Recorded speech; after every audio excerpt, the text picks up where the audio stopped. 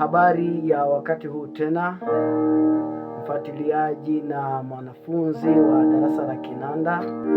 Yahweh, Yahweh, Yahweh, Yahweh, wewe ni Mungu wa ajabu, haubadiliki kamwe. Yahweh. Hii ni kisi nimetranspose 3.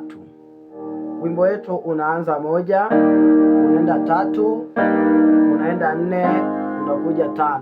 Unaanza tena 1, 3, 4, 5. Mzunguko wetu ni huo tu, 1, 3, 4, 5.